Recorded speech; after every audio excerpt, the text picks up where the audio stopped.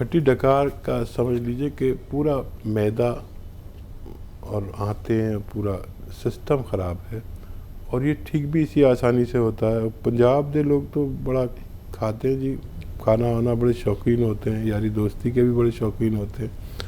तो आपको चाहिए कि बड़ा अच्छा नुस्खा जो घर घर तक पहुंच रहा है और फ़ायदा पहुंचा रहा है, वो एक घरेलू नुस्खा है और वो ये है कि आंवला, धनिया, सौंफ, मेथी।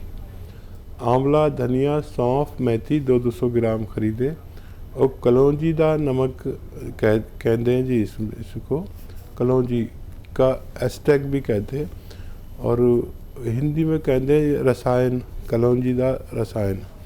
और इन्हों इसमें 100 ग्राम मिला लो और एक एक चम्मच 2 टाइम खा लो जी तुसी, और अगर कुछ फ़ायदा हो तो मैनू भी दुआ देना।